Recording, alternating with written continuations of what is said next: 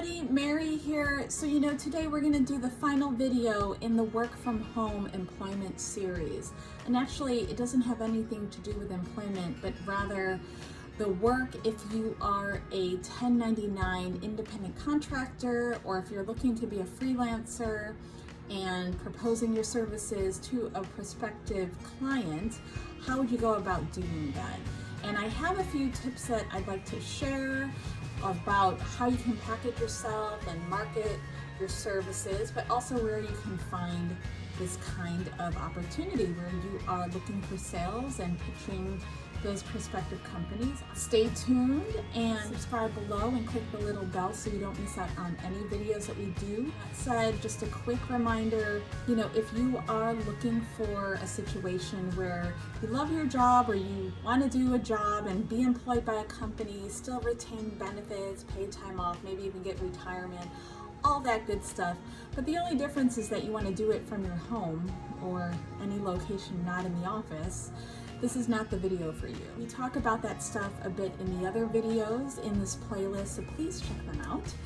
But for this video, we're going to talk about the independent contractor. Things to consider if you are looking to take that step of being an independent worker and packaging what you do in terms of your expertise and marketing it out to clients. Go about doing that if you've never done it before. So we're going to focus a bit on things to consider to start if you are looking to take your independent contractor status or freelancer status into motion. So I'm going to share 4 tips on the things that you should consider if you are looking to move forward in this direction. So the first tip is, before anything, in my opinion, you have to know what your service offering is going to be. So typically this is going to be all the stuff that you're really good at. So really take time to think, what do you do in your role professionally that you could actually see yourself being hired to do by a company to provide that particular function? What is your expertise? A lot of times people who transition from being, an employee to this kind of work, they might think of like all the things that they do, but we don't want to know about all the things that you do. We just want to know really shine, because that is going to be where you deliver your services. You want to be an outstanding service provider, so you want to hone in on what your core strength is. Besides just saying, hey, I'm good at marketing or I'm good at recruiting. Well, what aspect of that particular function are you really great at? Sit there and think about it. You might even need to jot down a list of all the activities that you're excellent in, that people maybe come to you as being a resource and for your advice. What are those things? You want to identify a trend in those things that define your expertise, and perhaps there's some sort of pattern. Recruiters have the experience in what we call full cycle recruiting. So it's everything from the beginning all the way to the end. So it's finding candidates, be it online or in person, all the sourcing aspects for a role, to interviewing them and evaluating who is a really great candidate or not based off of the interview and other information that you're provided. And then from that, you're working with hiring managers at a company to really excelling on the types of candidates that you're delivering. And then also, making sure once all those people are identified, who they want to hire, bringing them into the organization and dealing with things pertaining to salary negotiations and other sorts of things that are certainly important to getting a person on board the company. So there are many pieces to the recruiting and HR puzzle in that one example. A lot of times people focus on 1 or 2 things in that progression. So a lot of times it's very common to find people say focus just on the sourcing aspect, finding candidates that are appropriate.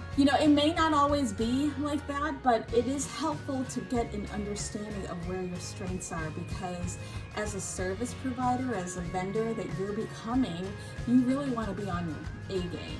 You don't want to provide services around something that you're sort of good at, or maybe you've seen once or twice, or hope that you're going to have someone to train you on, because that's not what businesses are paying service providers for. So you really want to make sure you have the best skills in that particular area that you're marketing yourself as. So the second tip that I'd like to share is that it's important to have a professional presence. And so this is going to mean a lot of different things to people, because when you hear professional presence, it can range anywhere from, you know, having a super slick website to your own, you know, business cards that have your business or your freelancer image on it, to having a portfolio. So all of these things are good. They're not necessarily requiring you to spend a lot of money or have something all concocted together before you can even go out to present yourself.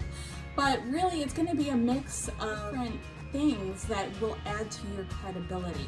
So I know that some people put together a really basic website that features them as a freelancer or a consultant. It may be very simple. I know that there are several website creators. Establish your own domain in your name if you so choose, or the name of your company, and it doesn't necessarily have to cost you a lot of money. So, you know, you want to think about the things that make the most sense for you to add credibility. You know that in working with companies, a lot of times, you know, they like to see a website that they can refer to, and if they don't have a specific domain under their name or under the company name that they're doing business, or they often look to their LinkedIn profile, kind of work they've done before.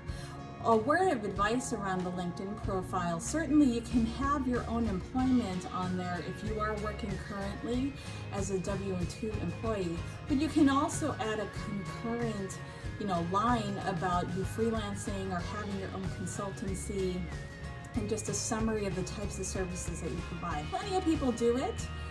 It's really not an issue, and actually a lot of people use LinkedIn as just a place to point to when it comes to freelancing and showing where you have worked. And it's okay if you've worked and acquired a lot of your expertise as being an employee. You know, LinkedIn does a great job of summarizing all of that once you've populated it with the information. Clients like to do business with people who have an email address that is not, say, like a generic Gmail or a Hotmail or Yahoo kind of email address.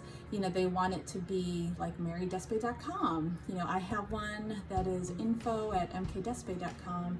And, you know, for some people that adds a layer of acceptability, credibility, you know, authority, if you will. So consider it. It's not always a hard and fast rule. What I will say is, as you are looking to freelance, you definitely want to have references or advocates in your corner who can speak to the quality of work. And they need to be people who are really your cheerleaders, and that they're fully informed of what you're planning to do, that you want to do consulting, and, you know, they can help bolster your reputation with their reference. A lot of clients do ask for references, who's done work with you, so they can understand their experience. If you are in the graphic design, you know, or web design, web kind of world, you definitely want to have an online portfolio of your work, because, and that's going to be almost as important, probably even more important in some cases, than having like business cards, because at least you'll be able to point to and share your link of all the work and projects that you've had. So that is extremely important. I know that I've worked with a number of, you know, graphic designers or people in that, you know, design or creative space, and they say, oh, I need a job, but they never share any work. And I'm like, what is your portfolio, so I can take a look at it and get a better feel. And for those who do have it, you know, I mean, if you're really serious, you want to make sure that you're volunteering this. Only your best work is up there, and it can tie back to a business story in some cases, you know, what you were trying to solve for the particular client or the project, and then showing exactly what you worked on. Crossing into where do you find, you know, these kind of opportunities. You're essentially a business looking for customers, so how do you go about doing it? And there's a number of different ways. I'm going to share some tips, especially when you're new, how you can get your foot in the door for freelance or independent contractor work. The best ways to do it is something I've mentioned on a previous video in this playlist about, you know, freelancer marketplaces. these are websites like Upwork or Freelancer.com, and there are so many other ones where you can actually review different projects that are being put out there by all sorts of companies all over the world that have a specific need. Because websites like Freelancer.com as well as Upwork, they actually have all the different opportunities organized, by location, whether you can do it from home, by skills, by your occupation. But these are excellent ways where you can actually jump in and see what clients are looking for and put yourself in the ring. A lot of these marketplaces do have proposal software right there. You establish a profile, you talk about yourself, your years of experience, and then you can actually propose right there on the site. You're competing against providers all across the world. So keep in mind, some of these providers might have the same skills as you, but they might, charge at extremely low rates because they just happen to be in a place of the world where they can do that. The rate of pay is not nearly as high as other places. So keep that in mind as you're framing what your proposal rate is going to be. Sometimes it makes sense to get the foot in the door, to get the experience, and you might want to drop your rates. Other times it doesn't make sense to, and you just want to put it out there. And a lot of people within your own professional network. So as you are talking to your references and finding out who could be your advocate, so this involves a lot of networking and looking at the people within your community, be it professionally or even, within the nonprofit or community groups that you're involved with. A friend of mine, she was very, very involved with the Leukemia and Lymphoma Society. She was really passionate, as just, a volunteer for the organization, but because she had a really great marketing background, she would pitch her director to see if there were opportunities where she could provide service. Initially I want to say she volunteered and she had done a really good job, so she wasn't paid. But that second project, after she had established a good track record, the chapter was more interested to work and engage her as a consultant. I really advocate for putting out there for cost, what you want to charge. But it's also fine, in the beginning, if you're trying to test this out as an actual service provider or consultant, to take a project for free just to get it out there, but to really understand what the objective is. So you don't have to look too far, let alone online even, for these opportunities only.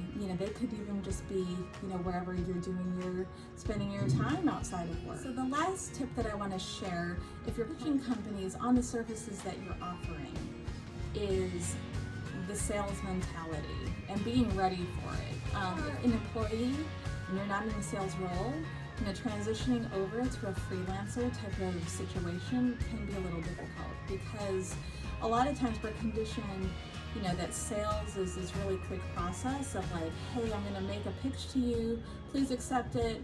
But then really what happens is you make a pitch and then they tell you no, or they're not really sure, and then like you're, oh no, what do I do?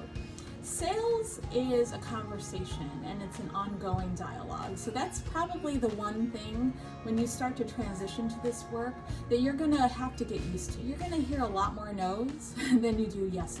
And it's gonna happen for a lot longer time than you're probably used to.